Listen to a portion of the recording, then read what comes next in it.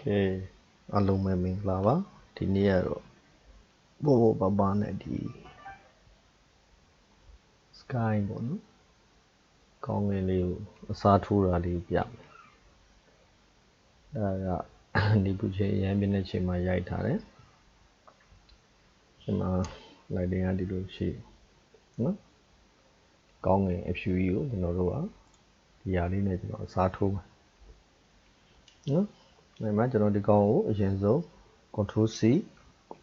control A နှိပ်ပါတယ် control A select လုပ်တယ် control C နှိပ်တယ်ဒီမှာ new file ကိုသွားတယ်ပြီး control V လို့နှိပ်တယ်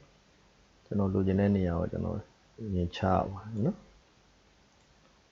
နဲ့လုပ်ကြည့်မယ်ပြီးပြီဆိုရင်ကျွန်တော် layer move ကနေကျွန်တော်ဒီကောင်ကို multiple အုပ်ပါတယ်လင်းတဲ့အပိုင်းမှာကျွန်တော် multiple အုပ်ပြီးကြည့်ပါတယ် multiple အုပ်ပြီးကြည့်တဲ့အချိန်မှာကျွန်တော်ဒီမှာရေးကြည့်တဲ့ပိုင်းလေးတစ်ခုရှိပါတယ်ကျွန်တော်ဒီမှာ screen လုပ်ရပါတယ်ဒီ screen လုပ်တဲ့အချိန်မှာကျွန်တော်ဒီအကုန်လုံးကိုမလင်းညင်ပါဘူးเนาะ mask အုပ်ရပါတယ် mask အုပ်ပြီးကျွန်တော်ဒီမှာလင်းညင်တဲ့အပိုင်းလေးတွေကိုကျွန်တော်ယူပါတယ်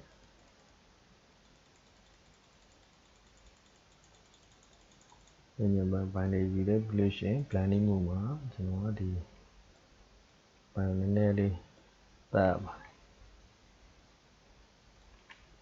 okay ဒီကောင်ပြောင်းလဲမှုရှိလားဟောနောက်ထပ်ကျွန်တော်ထပ်ပွားပါတယ်ပြီးရင်အုပ်လိုက်ပါပြီကျွန်တော်မပါခြင်းတဲ့အပိုင်းတွေကိုကျွန်တော်ဒီမှာဘယ်လောက်ရှိရောဒီနားလောက်ပေါ့နော်နားလောက်ဒီကိုကျွန်တော်ဒီမှာနည်းနည်းလေးဒီခွဲပြီးတတ်လိုက်ပါမယ်โอเคလောက်ရောက်သွားဒါဆိုရင်တော့အဆင်ပြေသွားပြီနော်ဒီမှာသပင်တွေပေါ်မှာမလိုတဲ့ပိုင်းတွေရှိရတော့လဲကျွန်တော် blending မှုနဲ့ပဲသွားပါမယ်နော်အောက်က layer ထဲမှာကျွန်တော်မလိုချင်တာအပိုင်းတွေဆွတ်ထုတ်တယ်ပြီးရင်ကျွန်တော်ဒီမှာနည်းနည်းလေးနော်ဒါကြောင့်မလိုချင်တဲ့ဘိုင်းထဲမှာပါနေတဲ့ကောင်လေးကျွန်တော်လုပ်ရပါမယ်โอเคပေါ့နော်ဒီမှာကောင်းသွားပြီဒီမှာနော်အဲဒီဘိုင်းထဲမှာဒီကောင်းငင်ရောင်နဲ့ဒီကောင်းနဲ့နည်းနည်းလေးတူးနေတဲ့ဘိုင်းလေးတွေရှိတယ်နော်အဲဒီဘိုင်းလေးတွေမှာကျွန်တော်ဒီကောင်းလေးကနေသွား brush နဲ့ဒီမှာမလိုအပ်တဲ့ဘိုင်းတွေကနဲ့ထပ်ဖြတ်နော်နည်းနည်းချင်းကျွန်တော်ဖြတ်ယူကြည့်မယ်โอเคအဆင်ပြေပါတယ်ကျွန်တော်အခုချိန်မှာနော်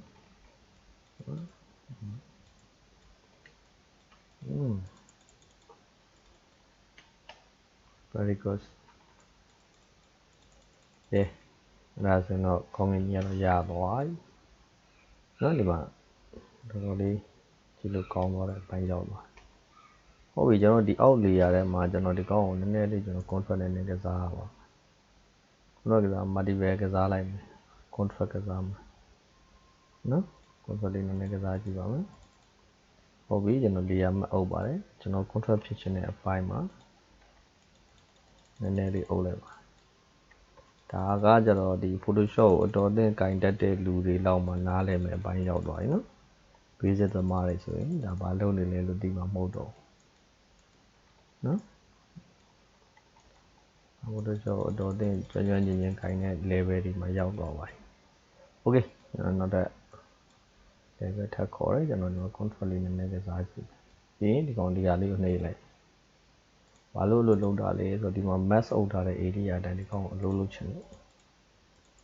နော်အဲ့မှာဒီဘိုင်းလေးရှိရဲ့တော်တော်လေးကောင်းပါတယ်နော်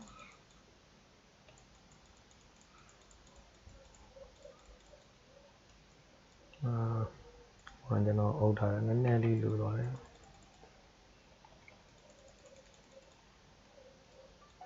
ပြီးတော့ဒီ link လေးဖြုတ်ကြည့်တယ်ဆိုတာကျွန်တော်ဒီတိမ်မိုးတိမ်တွေကျွန်တော်နည်းနည်းရွှေ့ကြည့်မှာပေါ့ဗျာနော်ဒီမှာ click လုပ်ကြည့်တယ်မိုးတိမ်တွေမှာနည်းနည်းရွှေ့ကြည့်တယ်ကျွန်တော်နော်မိုးတိမ်တိုင်းလေးကိုလိုချင်တဲ့ဘက်ကိုတော့နည်းနည်းချင်းရွှေ့ကြည့်ရအောင်နော်ဟိုလေးအဆင်ပြေပါဒီတိုင်းလည်းအဆင်ပြေတာပဲနော် before after ပေါ့နော် before after ဒီဘိုင်းမှာရောဒီမှာ contract တွေဝင်ထားတာရှိတယ်ဒီကောင်လေးကျွန်တော်ပြီးမှအဲ့အောက်ပိုင်းတွေတော့ထိုင်ပြီးတော့နော်ဒါရဖြည့်လိုက်တော့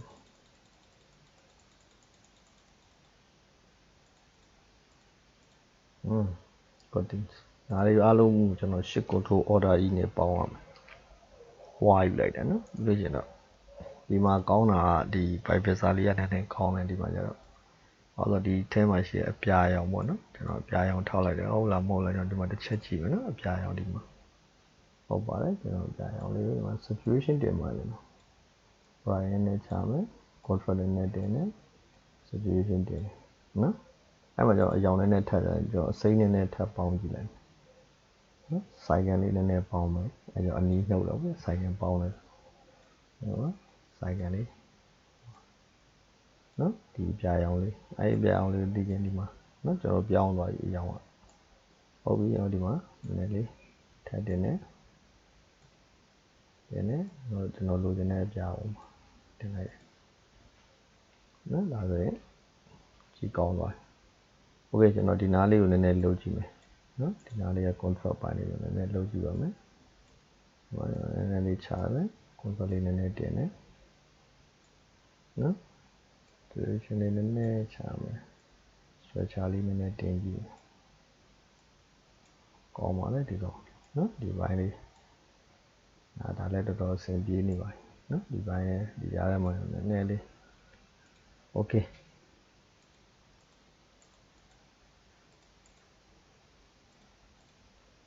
နော်โอเคတော်တော်လေးကောင်းပါပြီနော်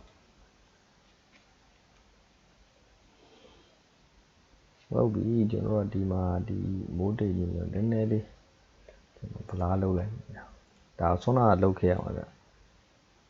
ဆွမ်းနာလုပ်ခဲ့ရမှာအခုဒီမှာပဲလုပ်လိုက်တော့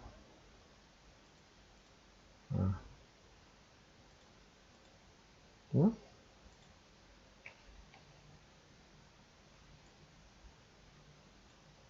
နည်းနည်းလျှော့လိုက်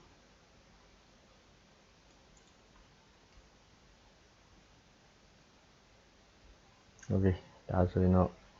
ပြီးတော့ပါနော် shift control order ကြီးပေါင်းယူလိုက်မယ်ဒီမှာ smart object ကိုနည်းနည်းပြောင်းပါလို့ဆိုဒီကောင်အဓိက raw factor ကိုပေါ်မှာ raw factor မှာတော့ဒီကောင်နည်းနည်းလေးကျွန်တော်ချိန်ညီခြင်းလေးတွေနည်းနည်းလုံးနော် control တွေကစားကြည့်မယ်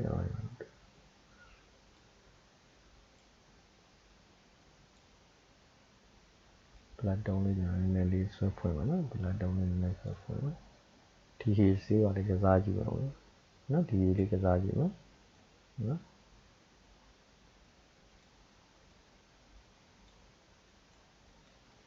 ဒါက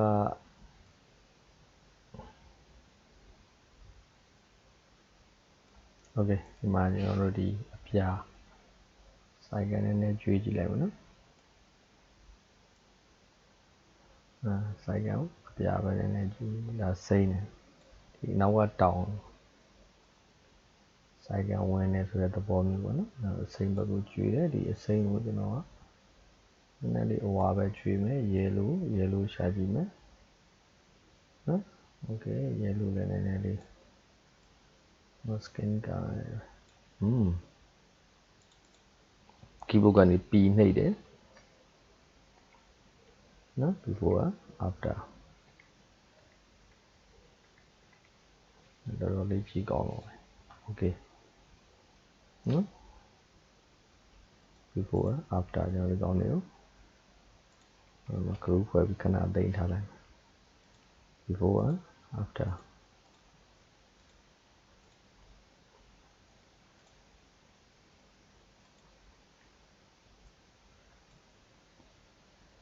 တော်လေးကောင်းပါပြီနော်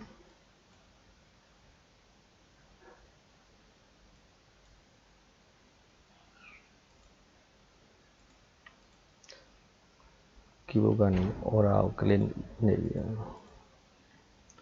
โอเคကျွန်တော်ဒီမှာကျွန်တော် mask color မပေးဘူး Python contract level ဟိုက suggestion selected color နည်းနည်းလေးကစားကြည့်အောင်နော် red channel မှာကျွန်တော် red လေးနည်းနည်းရှာကြည့်နော် red channel ready နည်းနည်းတိုးကြည့် yellow channel ကျွန်တော်ဒီမှာရှာကြည့်မယ် yellow နော်အဝါလေးနည်းနည်းတိုးကြည့်မယ် yellow ကျွန်တော် yellow နည်းနည်းလေးဖွင့်လိုက်နော်အဝါလေးနည်းနည်းတိုးကြည့်မယ် pink green channel ကျွန်တော်ရှာတွေ့ရ green channel green channel နည်းနည်းတိုးကြည့်မယ် green channel မှာကျွန်တော်ဒီမှာအပြာထည့်မလားအဝါထည့်မလားအဝါနည်းနည်းထည့်မယ်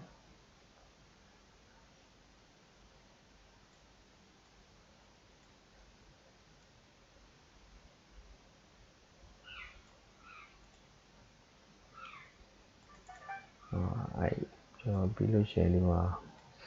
cycle နည်းနည်းရှာကြည့်တွေ့ရနော် cycle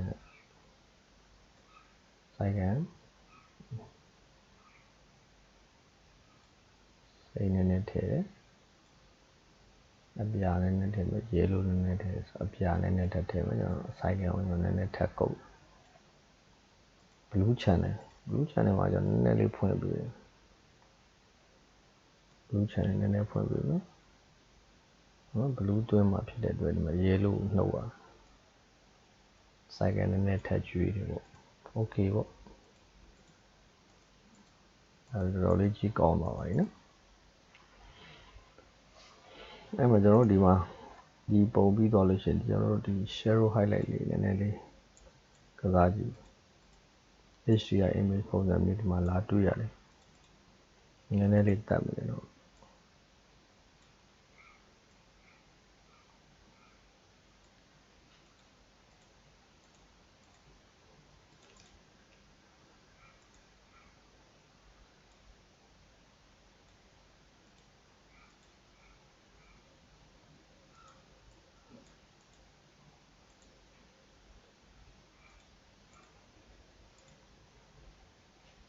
shadow highlight ပါတာနဲ့မပါတာနဲ့နော်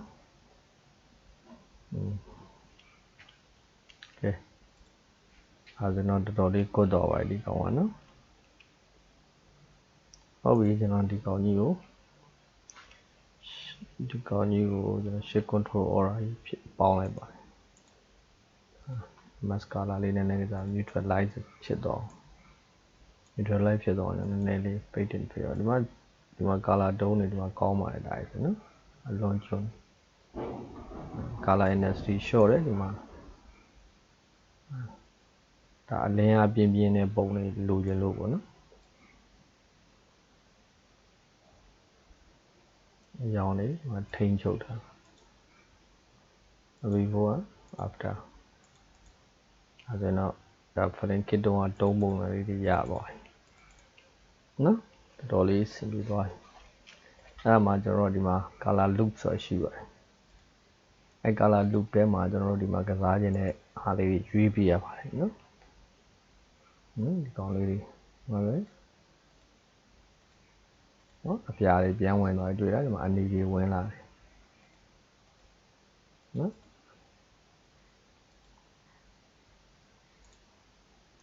မစတိုင်တွေများအမျိုးစုံရှိပါတယ်ကျွန်တော်ဒီမှာကြည့်ထားပါ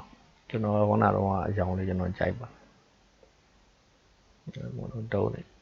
နော်ဖုန်းကာလာဆိုလဲလို့ဒီမှာကြည့်လိုက်နည်းနည်းလေးအနွေးရောင်ပဲတန်းလာတာပေါ့နော်အရောင်အနွေးလာ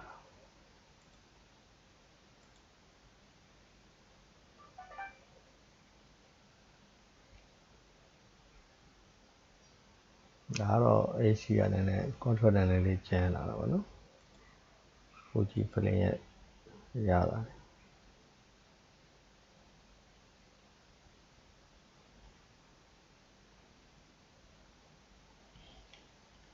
ဆို nice move ဖြစ်သွားပြီနော်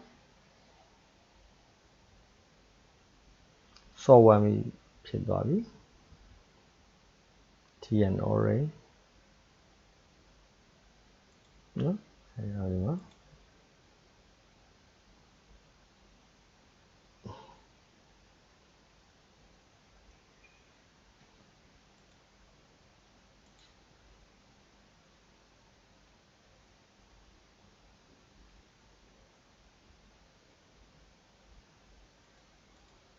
နည်းနည်းဝမ်းဖြစ်တာပေါ့နော်ဒီကောင်က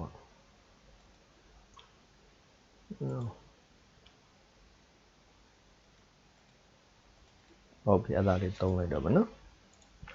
ဒီကောင်လေးကိုသုံးလိုက်တော့မယ်နောက်ဆုံး color ကြီးတယ်အဲ့ဒါလည်းဟိုနာတော့ပေါ့ဒီမှာရှိနေတဲ့တုံးတွေဘယ်လောက်ဒီပြည့်စည်သွားတော့ကြည့်ရ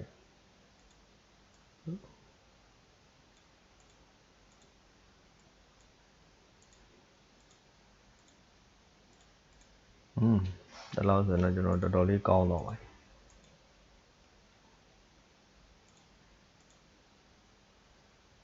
နော်ဒီ filter တွေလုံးဝဘာမှပြဿနာမရှိဘူးနော်ဘာ selection မှလည်းလုပ်ဆရာမလို့မိုးသားတင်ပြီးတော့ဒီ sky ပုံမူရင်းပုံကဒီမူရင်းပုံကနည်းနည်းလေးညံ့နေတယ်ဗျနော်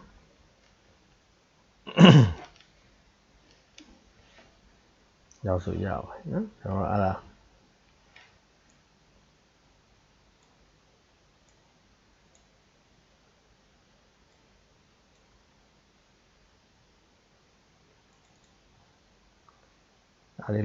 ဒီလိုဆိုရင်တော့တော်တော်လေးပိတ်သွားမှာနော်ပိတ်ဒုတဘာဝတလောက်ပဲရှိတယ်နော်ကျွန်တော်တနည်းပြောဒီမှာ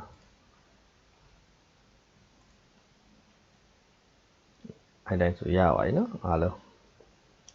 โอเคဒါတော့cloud ကိုတွင်းပြလိုက်တာပါနော်အားလုံးကျေးဇူးတင်ပါတယ်